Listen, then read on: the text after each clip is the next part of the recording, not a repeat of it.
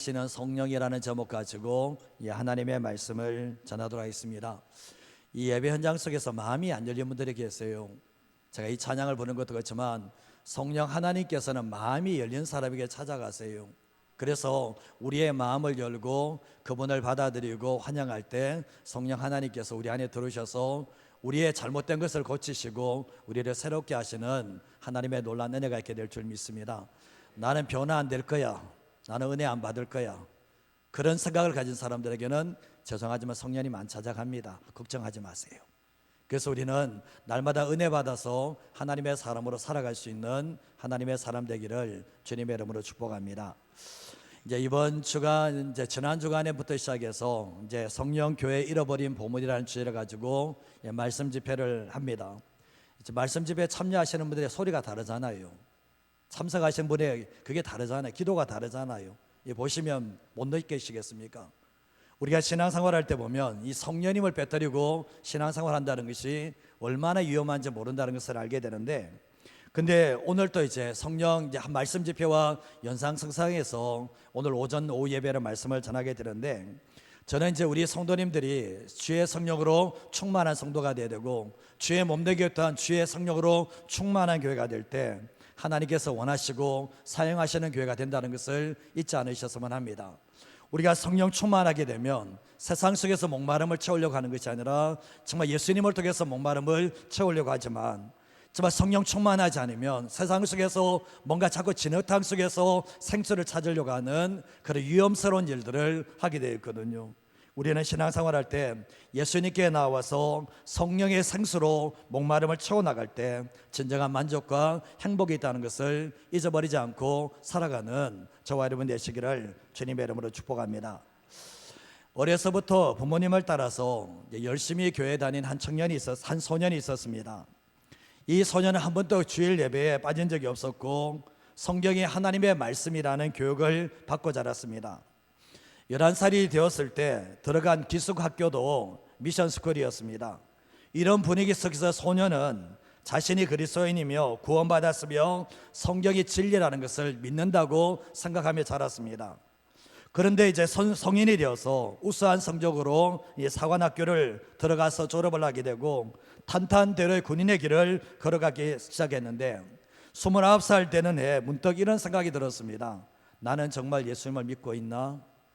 나는 정말 예수님을 믿고 있나? 이 생각이 들게 되었습니다.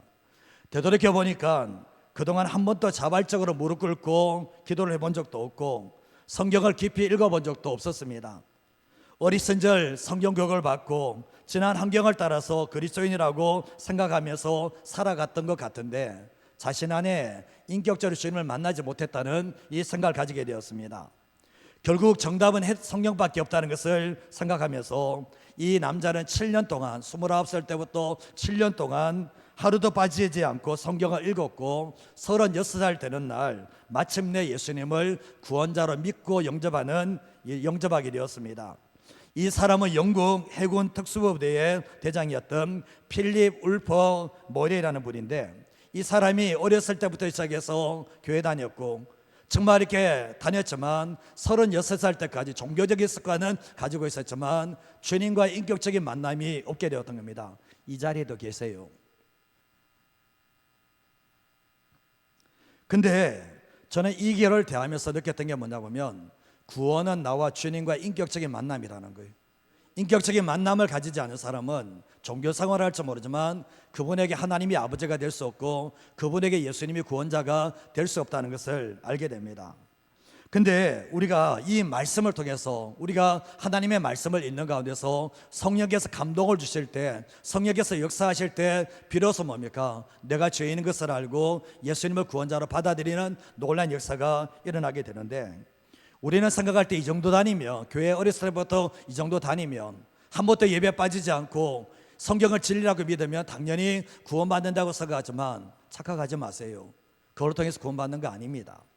근데 결국 뭐냐 보면 자신도 인격적인 주님과의 만남이 없으면 착각을 하고 있다는 것을 이 내용을 통해서 깨닫게 되는데, 저도 그렇게 하며 지냈습니다.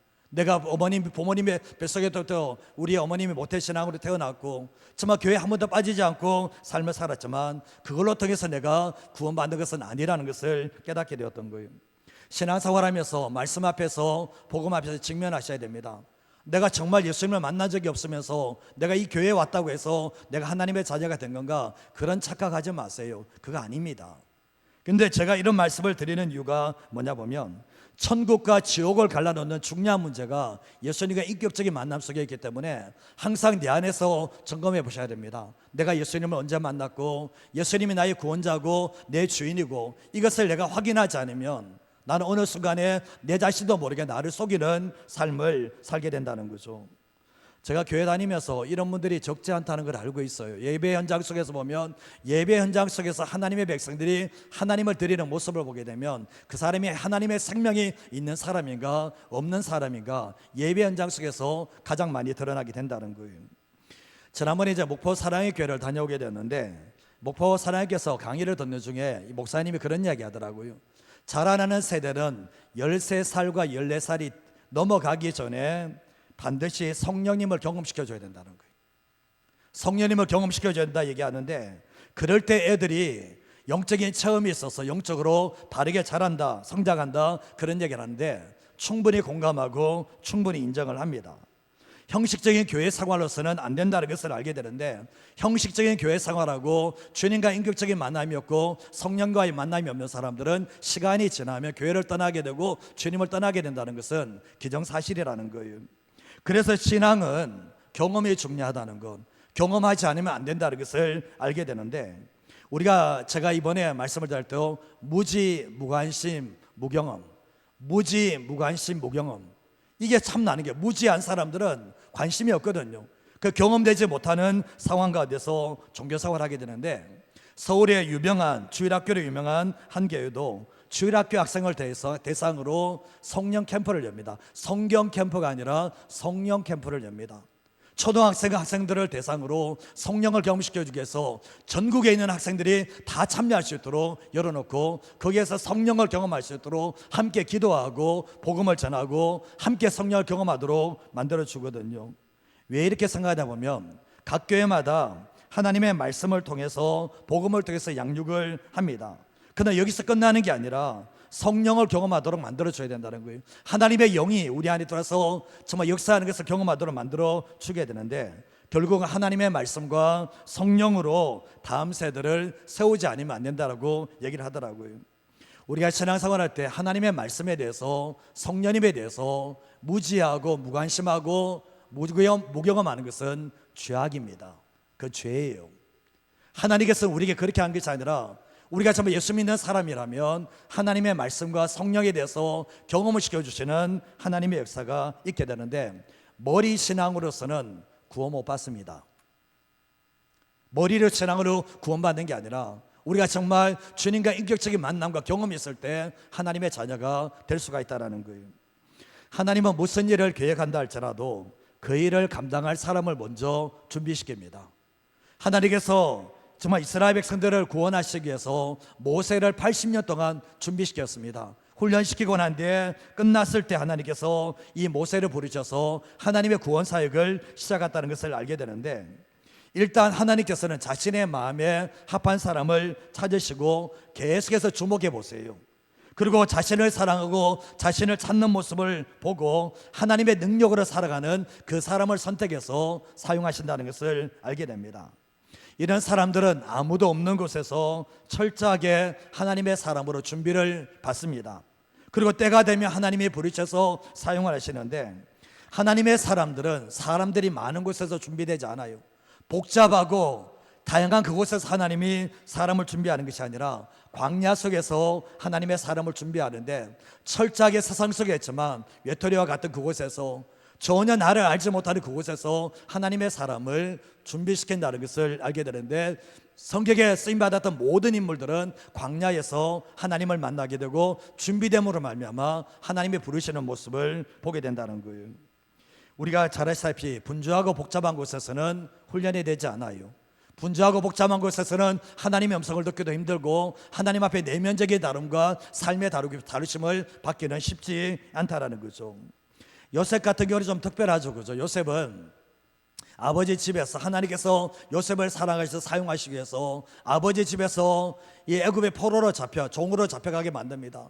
완전히 밑바닥의 생활을 하게 되잖아요. 아무도 자신을 도와줄 수 없는 그 어쩌면 무인도에 떨어진 그 상황 가운데서 하나님과 인격적인 만남을 가지게 됩니다. 하나님과 인격적인 만남을 가지게 되면서 철저하게 하나님의 사람이 되었을 때 애굽을 이스라엘을 구원하는 온 세상을 구원하는 통로로 하나님이 사용하셨다는 것을 알게 됩니다. 오늘 본문에 나오는 에스겔도 마찬가지잖아요. 에스겔은 나라가 뺏기고 포로로 끌려갔습니다. 포로로 끌려가서 아무도 도와줄 수 없는 그곳에서 생활을 하게 되는데, 그곳에서 하나님의 음성을 들으며 하나님의 임재를 경험하며 하나님의 다루심을 받게 됐을 때, 때가 되었을 때 하나님께서 에스겔을 찾아오시고 말씀을 전하는 사명을 맡기시는 일들이 있게 되었습니다. 우리의 삶 가운데서도 마찬가지죠. 내가 하나님 앞에 준비되면 나를 찾아오세요. 그러나 내가 준비되지 않으면 내가 죽을 때까지 주님은 찾아오지 않아요. 근데 이 에스겔을 통해서 하나님은 뭐죠? 심판에 대해서, 회복에 대해서 말씀을 전하시고 있다는 것을 알게 됩니다. 자, 오늘 말씀을 첨부되어 하시는 게 뭔가 같이 한번 읽어보도록 하겠습니다. 하나님의 백성들은 하나님을 떠나면 결국 마른 뼈와 같은 인생이 됩니다. 하나님의 백성들은 하나님을 떠나는 순간부터 마른 뼈와 같은 인생이 된다라는 거예요. 교회를 떠나고 이제 주님을 떠난 분들이 적지 않거든요. 대부분 다 하나님을 만나지 못한 사람들이 주님을 떠나고 교회를 떠나거든요. 근데 혹여나 인격적으로 주님을 만난 사람들은 주님을 떠나고 교회를 떠나면 그 안에 아직까지 주님의 생명은 남아있거든요. 그래서 언젠가 하나님께서 연단과 시험을 통해서 반드시 그 사람을 불러냅니다. 그러나 인격적으로 주님을 만나지 못한 사람이면 그 사람은 생명이 없기 때문에 주님에 대한 생각, 교회에 대한 생각을 전혀 하지 않는다라는 거예요. 근데 인격적으로 주님을 만난 사람이라 할지라도 주님을 떠난 기간이 오래되면 영적인 감각은 사라지고 영적인 생명력을 완전히 고갈되는 일들이 있게 됩니다. 살아있으나 완전히 죽은 시체처럼 살게 되는데, 이런 사람들은 하나님의 존재를 기억하지 않습니다. 하나님의 존재를 완전히 잊어버리게 되고, 그리고 또한 나중에는 하나님 이야기하면 싫어합니다. 교회 이야기하면 싫어하는 존재까지 나아가게 되는데 화까지 낼 때가 있습니다. 근데 이런 사람들은 은혜를 받은 기억은 없고 상처를 받은 기억만 남아 있습니다. 그리고 아름다운 추억은 하나도 기억하지 못하고 힘들었던 추억만 기억하게 되는데, 뭐냐 보면 주님을 떠난 지가 너무나 오래되기 때문에 이것밖에 남지 않는다라는 거예요. 우리가 예수 믿는 사람들은 사람을 보는 기준이 좀 달라야 되거든요. 예수님을 믿는 사람들은 눈으로 보여지는 것을 통해서 사람을 분별하는 게 아니라 영적인 눈을 가지고 그 사람을 볼 수 있는 일들이 있게 되는데, 세상에서 아무리 성공했다 할지라도 주님을 만나지 못한 사람은 영적인 마른 뼈입니다. 뼈만 남은 사람입니다. 아주 마른 사람이 이런 모습인데, 우리는 삶을 살아갈 때 자꾸 육적인 시각으로 보니까 사람을 제대로 분별하지 못할 때가 많이 있다라는 거예요. 예레미야 17장 13절 말씀을 같이 읽어보겠습니다. 이스라엘의 소망이신 여호와여, 무릇 주를 버리는 자는 다 수치를 당할 것이라. 무릇 여호와를 떠나는 자는 흙의 기록이 되오리니 이는 생수의 근이신 여호와를 버림이니이다. 이게 안 믿는 사람에게 한 게 아니에요. 믿는 하나님의 백성들에게 하는 말 자체가, 이스라엘의 소망이신 여호와여, 무릇 주를 버리는 자는 다 수치를 당하게 됩니다. 무릇 여호와를 떠나는 자는 흙의 기록이 된다라고 말씀하고 있는데, 흙의 기록이 되면 바람 부르면 다 날아가 버립니다. 생명책에 기록된 것은 전혀 대조된 모습을 보여주게 되게 되는데, 하나님의 백성이 하나님을 떠나는 순간부터 마른 뼈가 되고 저주를 받게 되고, 생수의 그늘에 주님을 떠나는 순간부터 계속해서 말라가는 삶을 살 수밖에 없다는 것을 말씀하고 있다는 거죠. 안 믿는 사람은 이루 말할 수 없겠지만 하나님의 백성이라 할지라도 하나님을 떠나면 마른 뼈와 같이 산다는 것을 말씀하고 있는 거죠. 오늘 에스겔 37장 1절과 2절 말씀에 보면, 여호와께서 권능으로 내게 임재하시고 그의 영으로 나를 데리고 골짜기 가운데 두셨는데 거기 뭐가 많습니까? 뼈가 가득했다라고 말씀하고 있죠. 근데 2절 말씀은 나를 그 뼈 사방으로 지나가게 하시기로 본즉 그 골짜기 지명에 뼈가 심이 많고 어떻게 됐습니까? 아주 말랐다라고 말씀을 하고 있죠. 근데 여기에 뼈는 포로된 땅에서 절망에 빠져 있는 이스라엘 백성들을 얘기하고 있거든요. 이스라엘 백성들을 상징하고 있는데, 이스라엘 백성들, 하나님의 백성들이 왜 지금 뼈가 심이 많고 아주 말랐는가 보면 하나님을 떠난 지 오랜 세월이 됐다는 거예요. 하나님을 버린 지 오래됐다는 것을 말씀하고 있는데, 하나님을 버리고 떠난 지 오래되다 보니까 뼈가 아주 말라있는, 뼈도 너무 심하게 말라있는 그런 모습을 보게 된다는 거예요. 이 얘기는 뭡니까? 하나님의 생명력이 완전히 떠났다는 거예요. 하나님의 생명력이 없는 이런 모습을 보여주고 있는데, 마치 포도나무에서 가지가 떨어지면 처음에는 생명력이 같지만 시간이 지나가면서 완전히 바짝 말라 버리는 것처럼 이스라엘 백성들의 생명력이 바로 죽은 생명력이라는 것을 분명하게 말씀하고 있다라는 거예요. 이게 바로 에스겔에게 보여주는 하나님의 환상이었습니다. 자신의 힘으로는 더 이상 소생할 수 없는, 자신의 힘으로 더 이상 살아날 수 없는 상황까지 떨어졌는데, 이게 바로 하나님의 백성들의 주어진 현실이라는 것을 말씀하고 있는 거예요. 이 자리에서도 마찬가지겠지만 하나님을 떠난 사람들, 하나님을 버린 사람들은 어떤 경우인지 아시겠죠? 그 사람들은 결국은 마른 뼈, 심이 마른 뼈와 같이 있고 자신의 힘으로는 일어설 수 없다는 것을 알게 되는 거예요.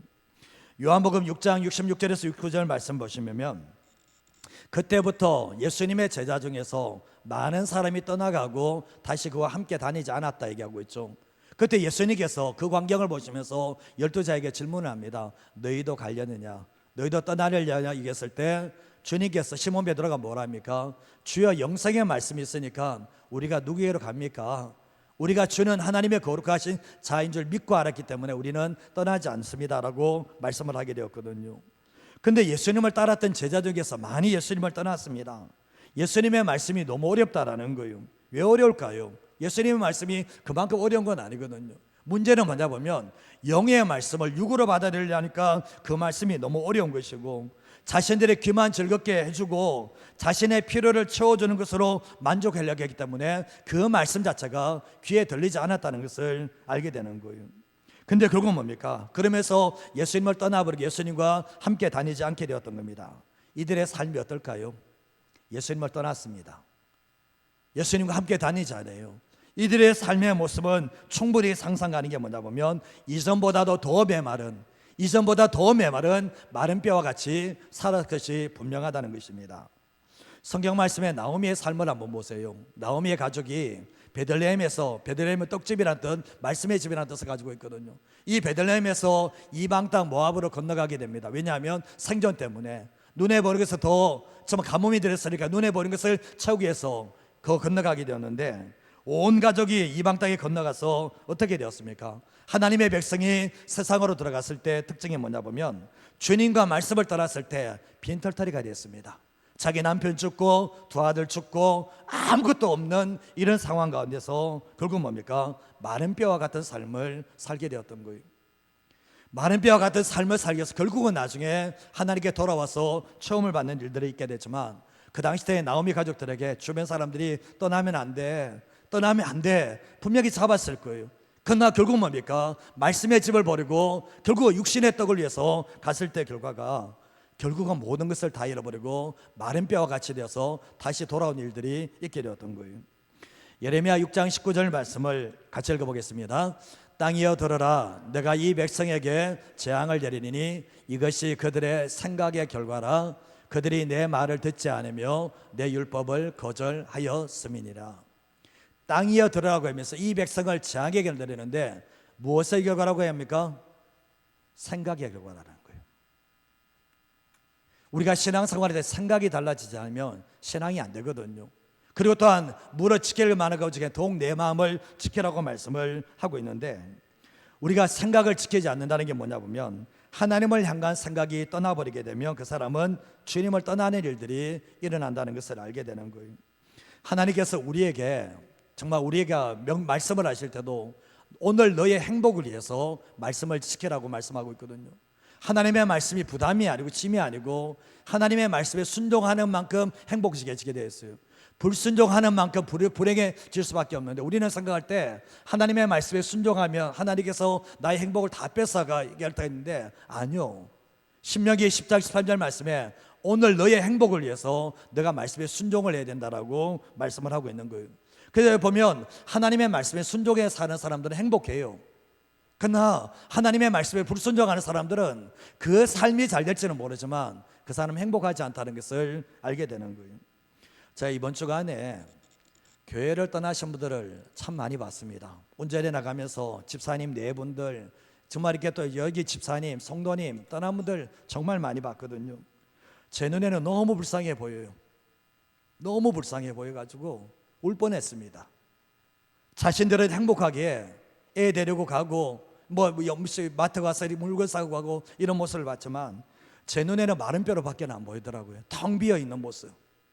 그 사람이 지금 삶이 좋아서 웃는 모습 봤지만 제 영혼의 눈에 봤을 때는 아무것도 없는, 완전히 마른 뼈가 되어 있는 이런 모습처럼 보여지는 일들이 있게 되었거든요. 우리의 삶을 살아갈 때 그렇지 않습니까? 하나님을 떠난 인생은, 내가 하나님의 자녀라 할지라도 하나님과 관계가 자꾸 끊어지는 사람들의 모습은 그 자신은 알아요. 내 영혼이 지금 마른 뼈같이 피폐해져 간다는 것을 모를 수는 없다라는 거예요. 우리의 삶을 살아갈 때 기억하셔야 될 것이, 내가 하나님을 가까이 하는 것이 복이라는 것, 그 잊지 마셔야 되고, 순간순간만 내 삶의 문제와는 상관없이 하나님을 가까이 하는 삶을 살아갈 때 내 영혼이 잘 되게 되고, 내 영혼이 잘 되는 만큼 내 삶 속에도 하나님의 일하심이 있다는 것을 잊어버리지 마시고 살아가는 우리 성도들 되시기를 바랍니다. 영적 관리를 해야 될 이유가 그겁니다. 나는 안 떠나겠지? 아니요, 떠납니다. 내가 영적인 관리가 되지 않으면, 내가 영적으로 충만되지 않으면 하나님을 떠날 수 있는 사람이 될 수 있다는 것을 기억하시면서 살아가는 하나님의 사람 되시기를 주님의 이름으로 축복합니다. 두 번째 하시는 게 뭔가 같이 한번 읽어보겠습니다. 마른 뼈와 같은 죽은 영혼을 살려낼 수 있는 분은 오직 하나님밖에는 없습니다. 마른 뼈와 같은 죽은 영혼을 살려낼 수 있는 분은 하나님 외에는 없다는 것을 얘기합니다. 톨스토이가 이런 말을 했거든요. 같이 한번 읽어볼까요? 인간의 절망은 하나님의 기회이고 인간의 끝은 하나님의 시작이다. 인간의 절망은 하나님의 기회고 인간의 끝은 하나님의 시작, 끝이 시작이 된다는 거예요. 저는 이제 이 말이 참 너무나 의미되거든요. 우리가 보면 인간이 절망하게 되고 끝이 되는 것이 하나님이 역사하시는 것. 주님, 내가 더 이상 못하겠습니다. 손을 들 때 비로소 하나님이 역사하시거든요. 내가 열심히 해보겠다고 했을 때는 네가 열심히 하니까 네가 함사 네 뜻대로 한번 해보라는 거예요. 그러나 내가 아무것도 안 돼서 이제 더 이상 안 되는 가운데서 하나님께 천부의 여지 없어서 두 손 들고 나오면 네가 못하겠다니까 내가 해줄게. 이런 역사들이 일어나게 되는 거예요. 우리가 수렁 가운데서도 하나님께 돌아가야 될 이유가 있다면, 우리가 끝이라는 그 생각하는 그 순간에도 하나님 끝을 시작으로 바꾸시는 분이 바로 하나님이시라는 겁니다. 그래서 하나님께서는 절망과 끝의 순간 가운데서도 하나님을 새롭게 시작하시는 분이 하나님이시라는 것을 기억하셔야 되는데, 우리의 삶에 하나님이 버리시면 끝입니다. 하나님이 버리시면 끝이에요. 더 이상 가능성은 없습니다.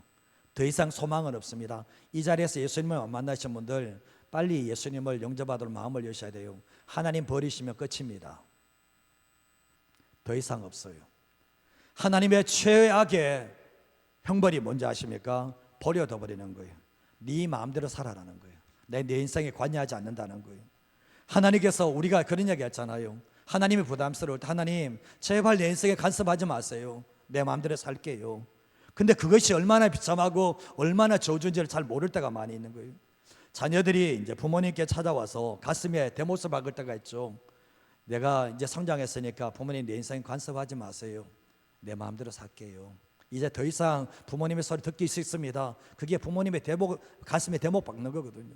우리가 하나님께 그렇게 할 때가 많이 있는 거죠. 하나님 이제 내 인생 간섭하지 마세요. 내 뜻대로 살게요.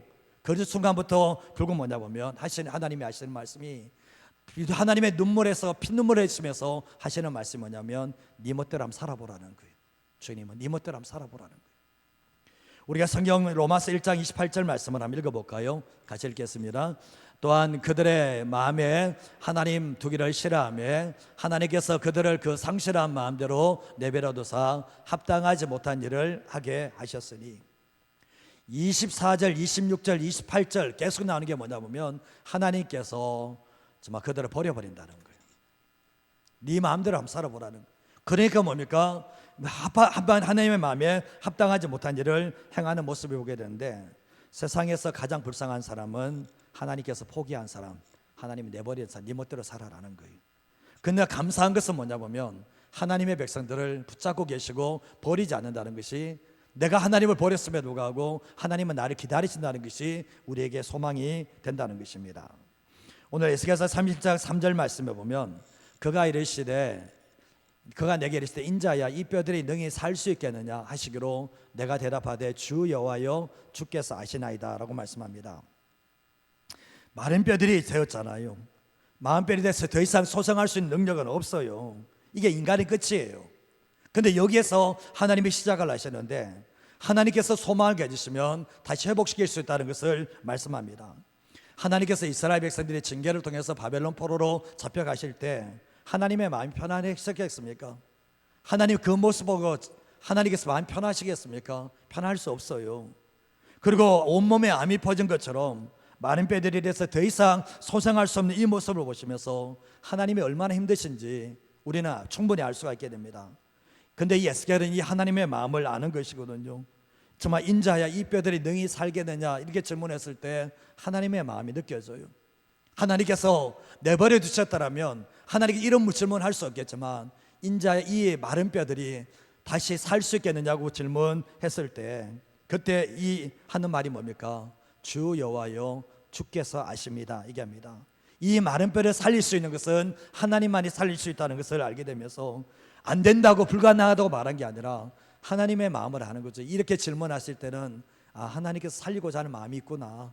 그러나 이 모든 것을 하시는 분은 주님이시기 때문에 주 여호와여 주님께서 아십니다라고 말하는 모습을 보게 됩니다. 하나님의 사람들은 어떤 불가능한 상황 가운데서도 하나님의 가능성을 믿는 사람이에요.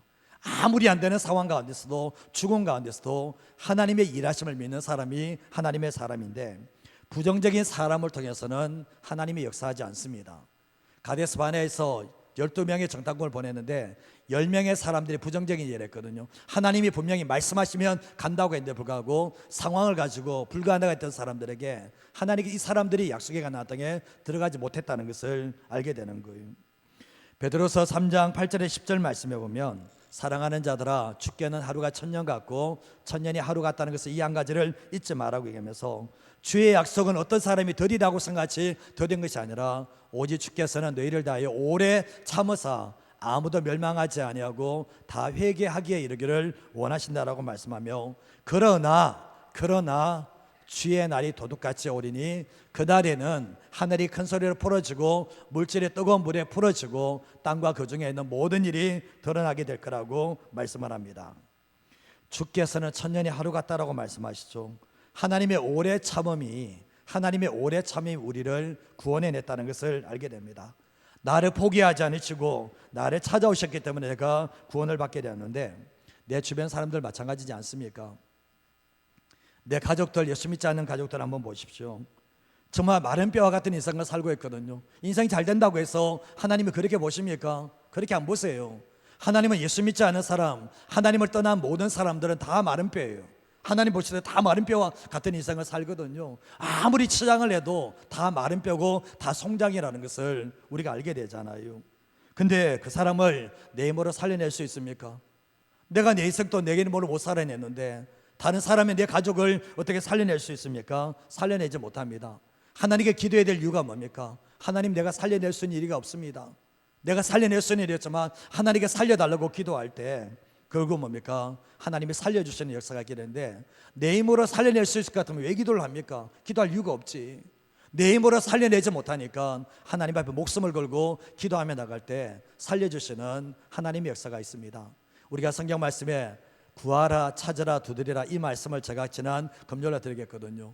이 구한다는 것은 낮은 자세, 낮은 마음으로 정말 이렇게 힘없는 사람이 힘 있는 사람이 구하는 게 이게 구한다는 뜻을 가지고 있고 생명을 걸고 찾는 것에 있고 그리고 열릴 때까지 계속해서 두드리는 것이 이 두드린다는 뜻을 가지고 있거든요.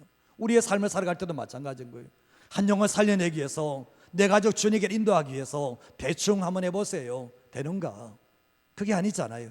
정말 주님의 은혜가 아니면 안 된다는 그 낮은 자세와 그리고 정말 생명을 걸고 기도하고 그리고 더 나아가서 계속 그 문이 열려질 때 기도할 때 하나님께서 살려주시는 내가 내 어쩌면 절망하고 끝인 그 순간 가운데서 하나님의 구원의 역사가 일어나는 역사가 일어나게 된다는 거예요. 마른뼈와 같은 같은 내 영혼이 될 수도 있습니다. 내 영혼도 그럴 수가 있거든요. 내 영혼이 주님을 떠나면, 하나님의 말씀을 떠나고 주님과 멀어지는 순간부터 계속해서 말라지는 역사가 있게 되거든요. 내 영혼을 살리실 분도 하나님밖에 없지만 우리가 주변의 사람들에게도 마찬가지입니다. 끝난 것 같고 절망적인 상황 가운데 있지만 끊임없이 기도하며 나아갈 때 하나님께서 살려주시는 하나님의 놀라운 은혜가 있게 될 줄 믿습니다. 살리시는 분은 하나님 외에는 없다는 것, 그것을 잊어버리지 마시고 하나님께 기도하며 나아갈 수 있는 저와 여러분 되시기를 주님의 이름으로 축복합니다. 자, 마지막 한 가지만 더 말씀을 드리겠습니다. 같이 읽겠습니다. 하나님은 하나님의 사람을 통해서 말씀과 성령으로 다시 살려내십니다. 말씀 집회를 하고 있는데요, 성령 교회 잃어버린 보물이라는 주제입니다. 지금 우리 교회에 가장 필요한 주제이기 때문에 하나님께서 감동을 주셔서 말씀을 전하고 있는 거거든요. 부정한 저를 세우셔서 하나님의 말씀을 전하게 하시고 다 함께 참여하시는 분들이 성령님을 경험하고 성령님을 사모할 수 있도록 함께 장을 열어놓고 있습니다. 그러나 저는 이제 신앙생활은 집중과 흐름이 중요해요. 집중과 흐름. 집중을 하고 흐름을 타면 신앙생활에 재밌습니다. 그리고 신앙생활할 때 가장 무서운 게 뭐냐면 산무가 있는데, 무지, 무관심, 무경험. 근데 신앙생활할 때 성령님을 경험하지 못했다, 제가 죄송하지만 안 믿는 사람 아닌가 생각해 봅니다. 예수님을 안 믿는 사람 아닌가? 그럴 수가 없어요. 그럴 수가 없어. 우리 안에 계신 성령님이 우리의 삶에 그분을 안 나타내신다고요? 그럴 수 없어요. 메시지 성경에서는 사도행전 19장 2절 말씀이 이렇게 되어 있는데 같이 한번 읽어보도록 하겠습니다. 거기서 몇몇 제자들은 만난 바울은 먼저 이런 말부터 꺼냈다. 여러분이 믿을 때 성령을 받았습니까? 여러분은 하나님을 머리에만 모셨습니까? 아니면 마음에도 모셨습니까? 그분이 여러분 안에 들어오셨습니까? 성령이라니요, 하나님이 우리 안에 계신다고요? 그런 말을 처음 듣습니다. 이런 분들이 있습니다. 성령에 대해서 무지합니다. 무관심합니다. 무경험합니다. 이런 사람들은 뭐냐 보면, 정말 사도 바울이 여러분 믿을 때 성령 받았습니까? 얘기하니까, 그리고 여러분은 하나님을 머리에만 모셨습니까? 사도 바울은 알고 있었던 거예요. 이들은 머리로만 생각하는 것을 알고 있었거든요. 그러면서 아니면 마음에 모셨습니까? 얘기하면서 그분이 여러분 안에 들어오셨습니까? 얘기를 합니다. 그때 뭡니까? 이들이 깜짝 놀라잖아요. 성령이란요, 하나님이 우리 안에 계신다고요? 그런 말 처음 듣습니다. 지금 이 자리에도 계세요. 인격적으로 주님을 못 만나거든요. 성령님을 통하지 않고서는 예수님을 만날 수 없어요. 성령님을 통하지 않고서는 하나님을 만날 수 없어요. 그래서 뭡니까? 사도 바울은 뭡니까? 주 예수의 이름으로 세례를 베풀고 성령으로 다시 기도했을 때 성령을 경험하게 되는 일들이 일어나게 되었던 겁니다. 하나님의 일하심의 방법은 한결같습니다. 하나님의 사람입니다. 하나님께서는 직접 할 수 있었지만 하나님의 사람을 준비시켜 놓고 그 사람을 통해서 자신의 일을 행한다는 것을 알게 되는데, 그게 너무나 감사하고 너무나 고마운 거예요. 나 같은 사람을 통해서 하나님이 일하신다는 게 너무나 감사한데, 흑암의 시대에 에스겔을 세우셔서 이 같은 선지자를 통해서 하나님이 말씀하시고 하나님이 일하셨다는 것을 알게 되는 거예요. 이 마지막 시대에 내가 하나님의 사람이 된다면 성도님이 그 상관없습니다. 하나님께서 그 사람을 통해서 일하신다는 것을 알게 되는 거예요. 시편 85편 5절에서 7절 말씀에 보면, 주께서 우리에게 영원히 노하시며 대대에 진노하시겠나이까? 주께서 우리를 다시 살리사 주의 백성의 주를 기뻐하도록 하지 아니하시겠나이까? 여호와여, 주의 인자하심을 우리에게 보이시며 주의 구원을 우리에게 주소서라고 기도하는 모습 보게 되거든요. 하나님의 사람들의 한결같은 기도가 뭔지 아십니까? 6절 말씀에 주께서 우리를 다시 살려주옵소서, 다시 하나님을 기쁘게 해달라고 기도함과 동시에 다시 우리에게 구원을 달라고 기도하는 것이 바로 하나님의 사람들의 특징이라는 겁니다. 베드로전서 1장 23절에서 25절 말씀에 너희가 거듭난 것은 썩어질 씨로 된 게 아니라는 거예요. 살아있고 항상 있는 하나님의 말씀의 씨로 됐다라고 말씀을 하고 있고, 24절 말씀에 모든 것은 다 시들고 마르고 떨어지지만 25절 말씀에 주의 말씀은 오직 주의 말씀은 세세토록 있도다 하였으니 너에게 전한 복음이 곧 이 말씀이라고 말씀하는 거예요. 하나님의 말씀이, 복음이 사람을 거듭나게 만든다는 거예요. 하나님의 말씀의 능력이라는 것을 이야기하는데, 예수님께서 요한복음 6장 63절 말씀에 살리는 것은 뭐라고요? 영이니 육은무익 아니라 내가 너에게 이런 말은 생명이, 영이요 생명이라고 말씀하고 있거든요. 예수님의 말씀에 뭐가 있습니까? 영이 있고 생명이 들어가니까 사람이 살아나는 거예요. 그래서 그건 뭡니까? 예수님의 말씀이 성령님과 함께 역사했다는 것을 이야기하고 있는데, 요한복음 6장 67절에 68절 말씀에 예수님께서 12제자들에게 너희도 가려는 이야기했을 때 시몬 베드로가 했던 말이 영생의 말씀이 주께 있습니다. 우리가 누구에게 갑니까? 하나님의 사람은 하나님을 안 떠나요. 하나님의 사람은 하나님을 안 떠나요. 왜 그런지 아십니까? 영생의 말씀이 있기 때문에 그 사람은 주님을 떠나지 않는다는 겁니다. 에스겔서 37장 4절에서 6절 말씀에 보면 하나님께서 에스겔에게 말씀합니다. 너는 이 모든 뼈들에게 대언을 하라. 너는 마른 뼈들아 뭘 들으라고요? 여호와의 말씀을 들을지. 이 마른 뼈가 누구랍니까? 이스라엘 백성들에게, 이 마른 뼈들, 죽은 이 마른 뼈들에게 뭘 들어야 산다는 겁니까? 여호와의 말씀을 들어야 산다라는 거예요. 그러면서 5절 말씀에 주 여호와께서 이 뼈들에게 이같이 말씀하시기를 내가 생기를 너에게 들어가게 하리니 너희가 살아날 거다라고 말씀을 합니다. 너희 위에 힘줄을 두고 살을 입히고 가죽으로 덮고 너희 속에 생기를 넣으니 너희가 살아나면서 내가 누구인지를, 내가 여호와인지를 너희가 알게 될 거라고 말씀을 하셨거든요. 근데 결국 뭡니까? 하나님은 직접 하지 않으셨어요. 하나님의 사람 에스겔을 통해서 대언을 하게 하시는데, 복음을 전할 때도 마찬가지입니다. 하나님이 와서 직접 복음을 전하십니까? 그런 일 없습니다. 하나님의 사람을 통해서, 주의 복음을 전하는 사람을 통해서 전할 때 주님께서 역사하시는 것을 우리가 알게 되잖아요. 하나님께서는 마른 뼈에게 말씀을 하라는 거예요. 죽어있는 마른 뼈 있는 마에게 말씀을 하고, 좀 하나님을 떠나고 하나님의 말씀을 듣지 않아서 마른 뼈가 된 사람들에게 결국 뭡니까? 해답의 시작은 하나님의 말씀을 듣는 거예요. 하나님의 말씀을 경청하는 거예요. 그러는데 다른 대안이 아니라 또 더 나아가서 뭡니까? 마른 뼈에게 대언하면서 생기야 들어가라고 말씀을 하고 있는데, 생기가 들어가면 살아날 거라고 말씀만으로 살아나는 게 아니라 말씀에 뭐가 들어갑니까? 생기가 들어가야지 살아난다라고 말씀을 하고 있거든요. 이 생기는 바로 성령님을 얘기하는 겁니다. 하나님의 말씀이 전해지고 생기가 들어갈 때 살아나게 되는데, 그때야 비로소 너희가 내가 여호와인 줄을 알게 될 거라고 말씀을 하셨습니다. 하나님의 말씀과 성령의 역사를 통해서 마른 뼈가 살아난다고 얘기하는데, 9절과 10절 말씀을 보시면 9절과 10절 말씀에 인자야 너는 생기를 다해서 대언하라. 생기에게 대언하기를 주 여호와께서 말씀하시기를 생기야 사방에서부터 와서 이 죽음을 당한 자에 불어서 살아나게 하라 하셨다 하라고 말씀하시죠. 그 명령대로 대언하니까 생기가 그들에게 들어가면서 살아나서 일어나 서는데 큰 군대가 되어지는 역사가 있게 되었던 것입니다. 이게 바로 성령의 역사라는 것을 알게 돼요. 살리는 것은 영이니, 살리는 것은 영이니, 주님 말씀을 분명히 하시는 거죠.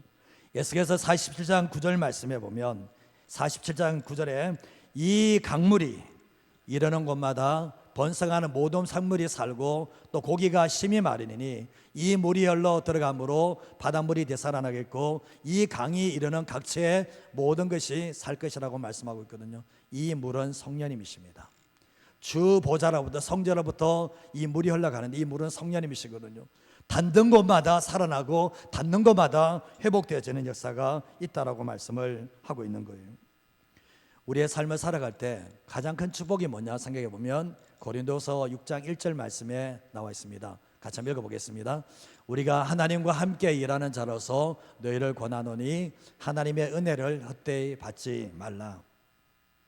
사도 바울의 자부심이 뭐냐? 나는 하나님과 함께 일하는 사람이다. 나는 하나님의 동력자다. 세상을 구원하며 영혼들을 살려내는 그 하나님의 중요한 그 사명에 내가 함께하는 동력자라는 이 자부심을 가지고 살았던 것이 사도 바울의 인생이었거든요. 얼마나 많은 어려움을 당했는지 모릅니다. 얼마나 많은 핍박을 당했는지 모릅니다. 그러나 사도 바울의 자부심은 내가 이런 어려움을 겪는다 할지라도 하나님이 나와 함께 하시고 나를 통해서 대언하시고 하나님이 나를 통해서 사용하신다는 그 자부심이 사도 바울의 인생을 이끌었다는 것을 알게 되는 거예요. 여러분의 삶 안에서 여러분의 자부심이 뭡니까? 내가 하나님과 함께하는 사람이다. 하나님이 나를 통해서 일하시는 사람이다. 하나님이 나를 통해서 말씀하시고 나를 통해서 영혼들을 살리시는 그 하나님의 사람이라는 그 자부심이 저와 여러분의 삶이 되셔야 돼요. 내가 어느 곳에 있다 할지라도 하나님이 나를 통해서 일하신다는 그 자부심을 가지고 살아가는 하나님의 사람이 되셔야 된다는 거예요. 우리가 신앙생활할 때 내가 준비되지 않으면 하나님의 나를 못 써요. 내가 하나님의 자녀가 됐다고 쓴다고요? 어림없는 얘기. 안 씁니다. 하나님은 철저하게 내가 하나님의 사람으로 준비되어져야 되고 내 영혼이 살아있어야 되고 내가 하나님의 말씀과 성령으로 살아있는 삶이 될 때 주님의 말씀에 순종하게 되고 어느 곳에 보낸다 할지라도 순종하는 삶이 되고 불가능한 것이 보인다 할지라도 하나님의 전능하심을 믿고 선포하며 나가는 많은 뼈 보면서 주님께 선포하라고 했을 때 하나님의 전능하심을 못 믿으면 어떻게 선포를 합니까? 못하잖아요. 하나님의 전능하심을 믿으니까 마른 뼈에게 여호와의 말씀을 들으라고 얘기하고 생기가 들어가라고 했을 때 그 말씀에 순종했을 때 하나님의 놀라운 역사가 일어났다는 것을 알게 되는 거예요. 하나님은 우리를 사용하기를 원하세요. 문제는 우리가 준비가 안 됐다는 거예요.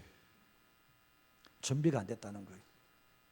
하나님의 연단과 훈련을 받아내서 준비가 되면 하나님이 우리를 사용하지만 그래서 하나님의 사람들은 유일한 소원이 있다면 하나님과 함께하는 삶, 하나님과 함께 일하는 삶, 동력하는 삶을 살아가길 원하는 것이 하나님의 사람들의 1번의 기도 제목이라는 것을 알게 되는 거예요.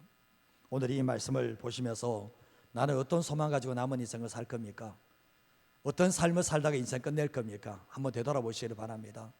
오늘 이 말씀을 통해서 제가 3가지 말씀드렸지만 하나님의 백성들이 하나님을 떠나는 순간부터 여러분 이게 우리 정동민 사님 있지만 하나님을 떠난 사람이면 이게 살이 쪘다 그래도 마른 뼈입니다.